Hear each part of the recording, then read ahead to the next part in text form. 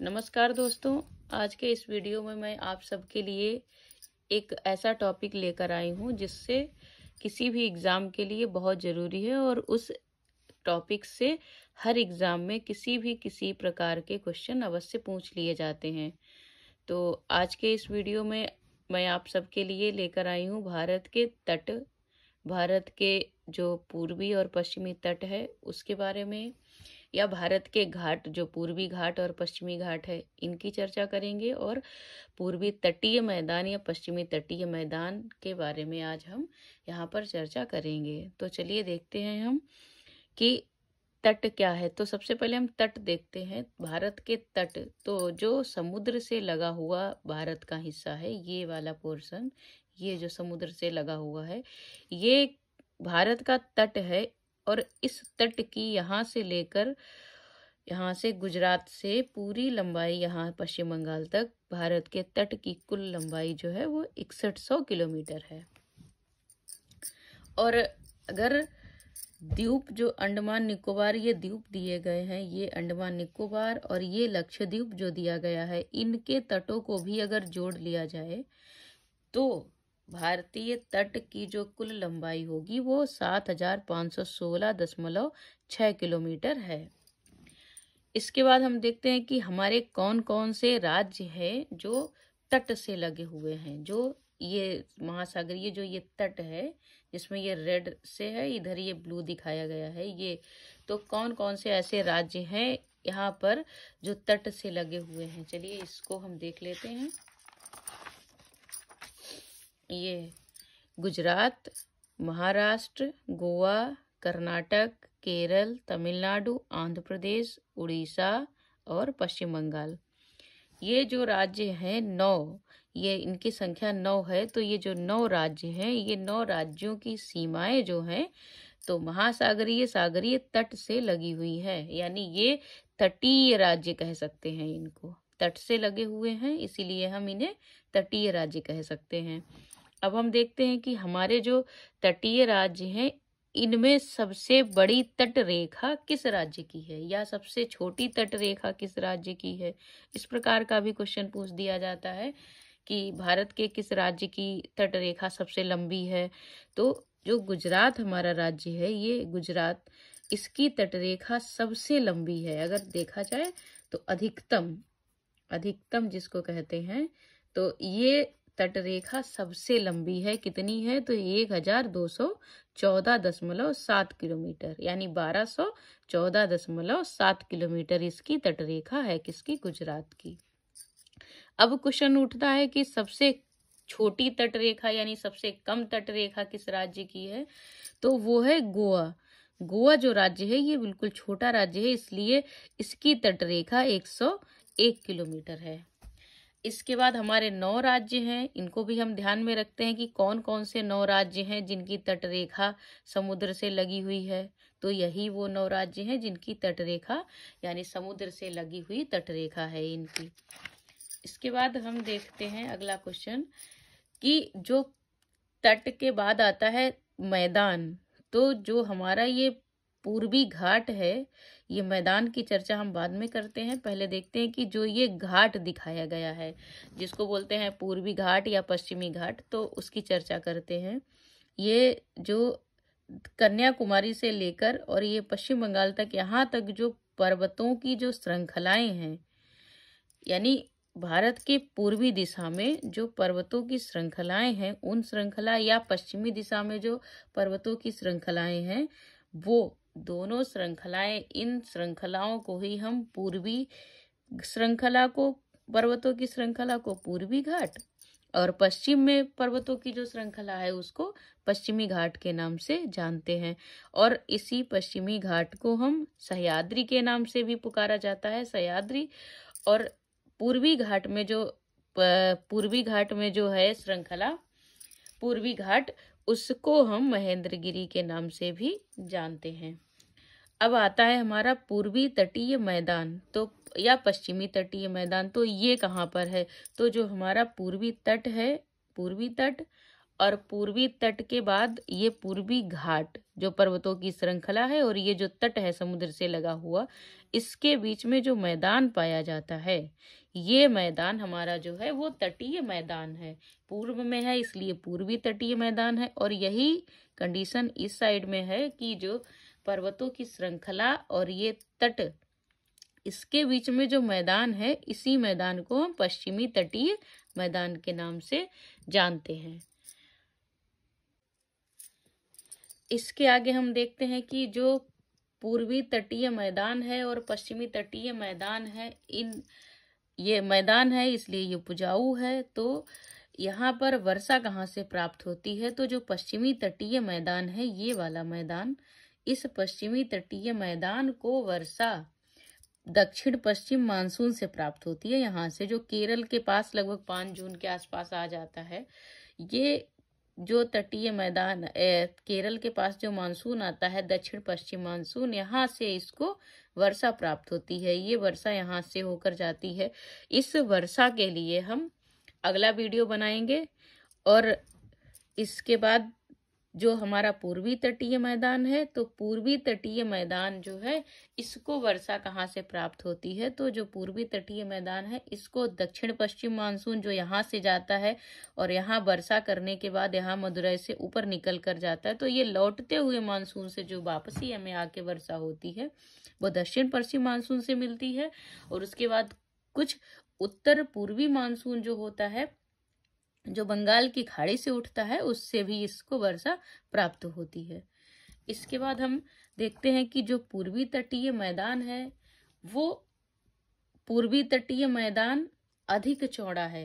अधिक चौड़ा है किसकी तुलना में? पश्चिमी तटीय मैदान की तुलना में। ये पूर्वी तटीय मैदान पश्चिमी तटीय मैदान की तुलना में अधिक चौड़ा है।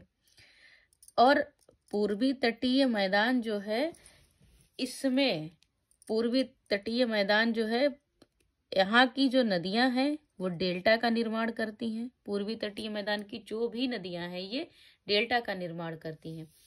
और पश्चिमी तटीय मैदान में जो ये नदियां बह रही हैं, यहाँ पर नर्मदा, ताप्ती, ये विभिन्न प्रकार की जो नदियां हैं, ये नदियां डेल्टा ना बनाकर एस्चुरी बनाती हैं। एस्चुरी बनाती हैं। और इस एस्चुरी, इस मैदान में कहाँ पर चौड़ाई अधिक है तट में? तो पश्चिमी तटीय मैदान जो है वो गुजरात की तरफ अधिक चौड़ा है। ये गुजरात की तरफ अधिक चौड़ा है। जैसे जैसे ये नीचे की तरफ बढ़ता है, इसकी चौड़ाई कम होती जाती है। लेकिन पुनः केरल में आकर ये मैदान फिर चौड़ा हो जाता है। लेकिन पूर्वी तटीय मैदान जो है वो पश्चिमी तटीय मैदान की तुलना में अधिक चौड़ा है। क्यों? क्योंकि यहाँ पर जो नदियां हैं वो डेल्टा बनाती हैं और यहाँ पर उपजाऊ मिट्टी अधिक है, और यहाँ की ढलान जो पर्वतों की है ये कम है। ये खड़ा ढाल है, ऊंचे हैं, ऊंचा क्षेत्र है ये, इसीलिए यहाँ पर नदियां जो है वो एस्चुरी बनाती हैं, डेल्टा नहीं बना पाती हैं। और इसमें मैदान की, तटीय मैदान की चौड़ाई भी कम है। इसके बाद हम देखे हैं कि पश्चिमी घाट और पूर्वी घाट। अभी तो हम बात कर रहे थे पूर्वी तटीय मैदान और पश्चिमी तटीय मैदान की, अब हम पश्चिमी और पूर्वी घाट की बात करते हैं। तो पूर्वी जो घाट है, पूर्वी घाट पर स्थित जो श्रृंखला है, वो पश्चिमी तट, और इसको पूर्वी घाट कहेंगे, और पश्चिमी तट पर जो श्रृंखला, इसको पश्चिमी घाट कहेंगे। तो पश्चिमी घाट ये जो है, इसकी सबसे ऊंची जो चोटी बोली जाए, जो पश्चिमी घाट की सबसे ऊंची चोटी है, वो अनाईमुड़ी है। ये अनाईमुड़ी, इसकी ऊंचाई है तो 2695 मीटर है। लेकिन जो ये अनाईमुड़ी पश्चिमी घाट की सबसे ऊंची चोटी है, यही पूरे प्रायद्वीपीय भारत की भी सबसे ऊंची चोटी है। और इसके बाद ये दोनों पश्चिमी घाट और पूर्वी घाट कहाँ पर आपस में मिलते हैं? तो ये दोनों नीलगिरी पहाड़ी पर आपस में मिल जाते हैं। और इसी नीलगिरी पहाड़ी की सबसे ऊंची जो चोटी है वो दोदा बेटा या टोडा बेटा है। इसकी ऊंचाई कितनी है? तो 2637 मीटर है। और ये भारत की, प्रायद्वीपीय भारत की दूसरी सबसे ऊंची चोटी है। पहली कौन है? तो ये अनाईमुड़ी है, और दूसरी जो चोटी है वो दोडा बेटा है। पश्चिमी ये जहाँ पर पूर्वी और पश्चिमी घाट मिलते हैं। और प्रायद्वीपीय भारत की सबसे ऊंची चोटी अनाईमुड़ी और दूसरी सबसे ऊंची चोटी तो दोदा बेटा। इसके बाद हम आगे बात करते हैं कि पूर्वी घाट का सबसे ऊंचा शिखर कौन सा है, तो महेंद्रगिरी शिखर है, जिसकी हाइट जो है वो 1500 मीटर है।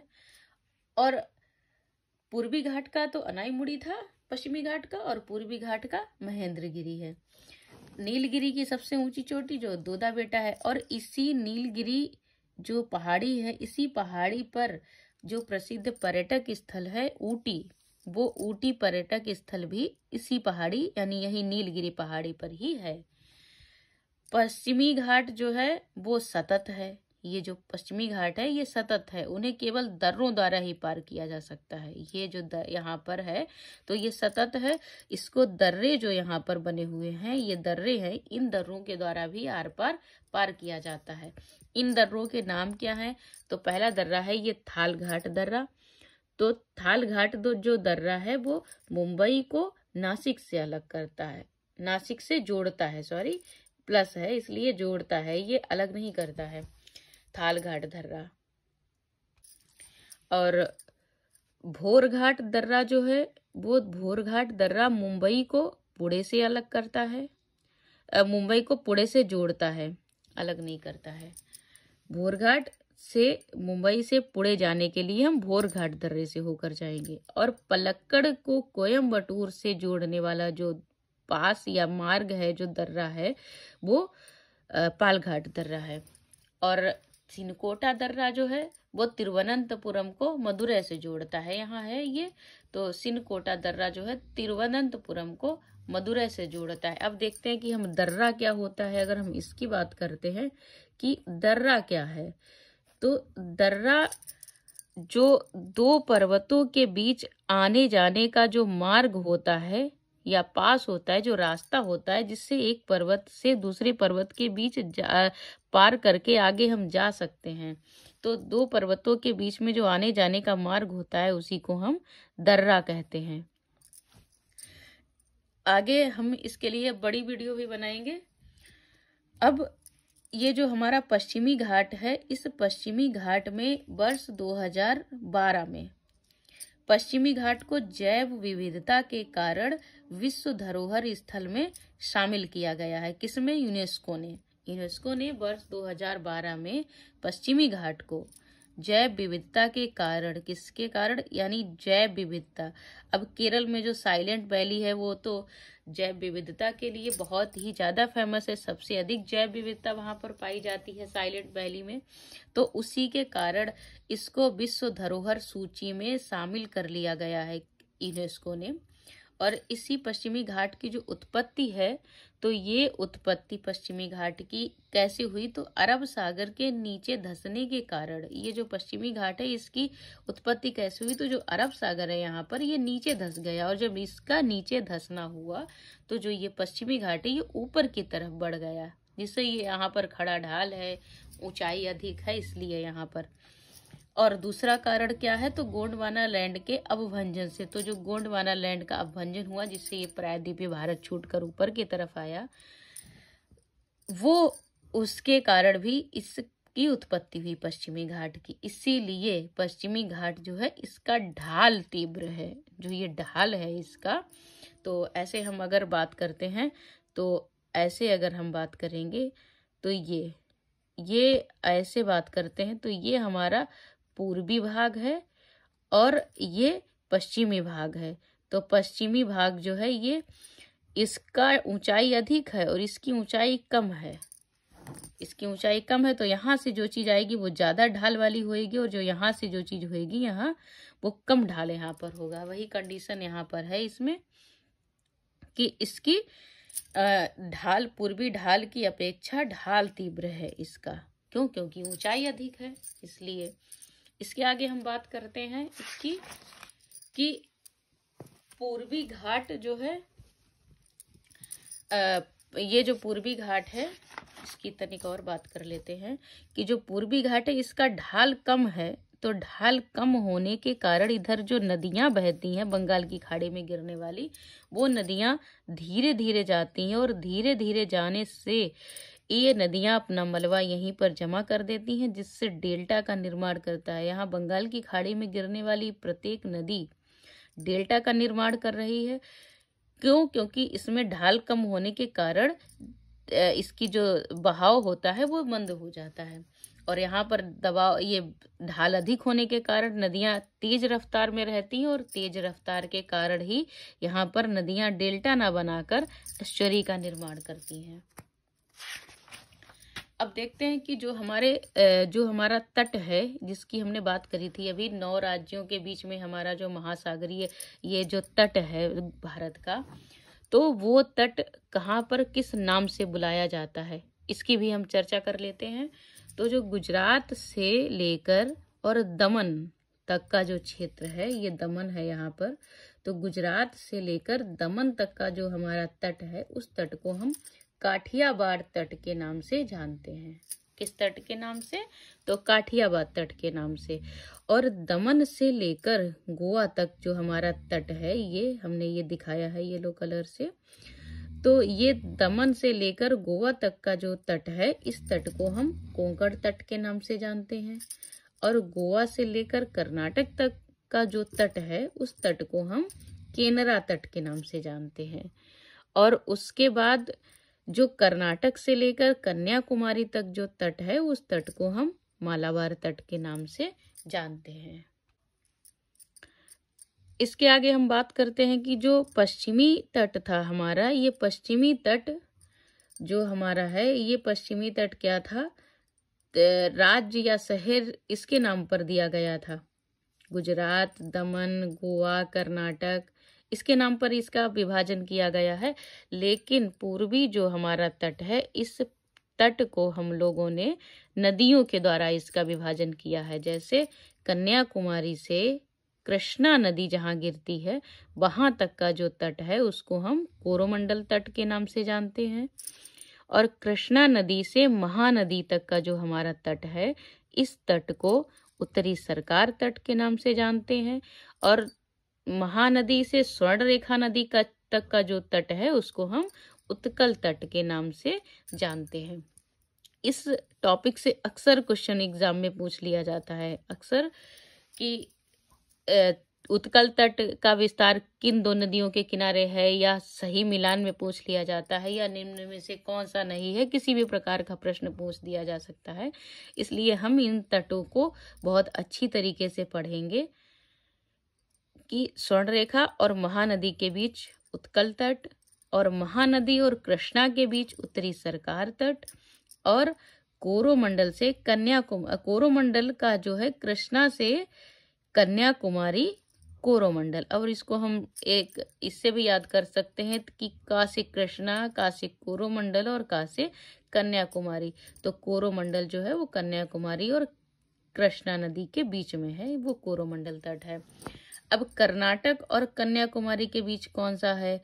तो ये मालाबार तट है। यहाँ पर मालाबार तट है। और गोवा और कर्नाटक के बीच वाला केनरा तट, दमन और गोवा के बीच में जो है वो कोंकण तट, और गुजरात को दमन से जो है, और उसके बाद हम देखते हैं कि गुजरात को, जो गुजरात से दमन के बीच का जो तट है, उसको हम काठियावाड़ तट के नाम से जानते हैं।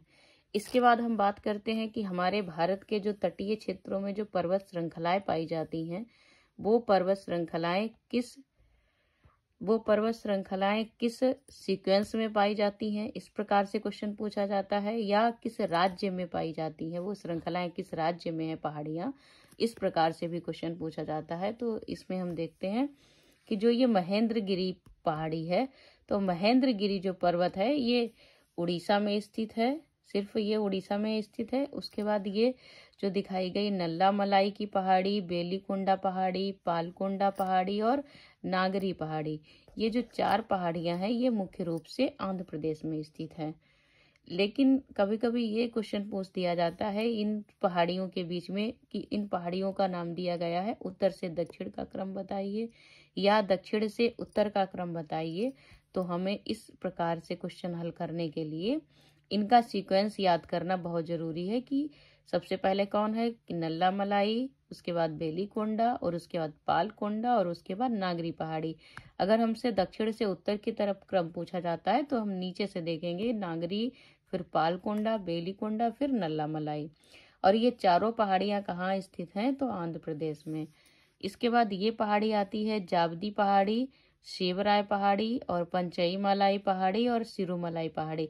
ये चारों पहाड़ियां कहाँ पर हैं तो तमिलनाडु में स्थित हैं ये चारों पहाड़ियां। इनमें भी इसी प्रकार से हमको याद करना होता है, जाबदी, फिर शिवराय, फिर पंचई मलाई और फिर सिरुमलाई। सबसे लास्ट में ये जो पहाड़ी है इलायची की पहाड़ियां, तो इलायची या कार्डमम की पहाड़ी है, ये भारत की सबसे अंतिम पहाड़ी है। और इसको इलायची की पहाड़ियां इसीलिए कहा जाता है कि यहाँ पर इस पहाड़ी पर इलायची की खेती सबसे अधिक मात्रा में करी जाती है। और इसके बाद हम देखते हैं कि जो ये अन्नामलाई की पहाड़ी है, तो अन्नामलाई की पहाड़ी जो है वो अन्नामलाई की पहाड़ी, ये जो प्रायद्वीपीय भारत है, इस प्रायद्वीपीय भारत की सबसे ऊंची पर्वत चोटी है, जो शिखर है। तो ये अन्नामुडी, इसकी अनाईमुड़ी है। अनाईमुड़ी जो है ये प्रायद्वीपीय भारत की सबसे ऊंचा शिखर पूछा जाए तो ये सबसे ऊंची चोटी है। और दूसरी सबसे ऊंची चोटी जो है वो नीलगिरी पहाड़ी पर दोदा बेटा स्थित है। और नीलगिरी की दोदा बेटा और अनाईमुड़ी जो है पहाड़ी, इन दोनों की ऊंचाई को आप कमेंट करके हमें कमेंट बॉक्स में जरूर बताइएगा। और अगर हमारा वीडियो आप लोगों को अच्छा लगता है तो आप लाइक और सब्सक्राइब करिए और हमारे आगे आने वाले हर वीडियो को आप देखिए और उससे अपने एग्जाम की तैयारी करिए। ओके, धन्यवाद।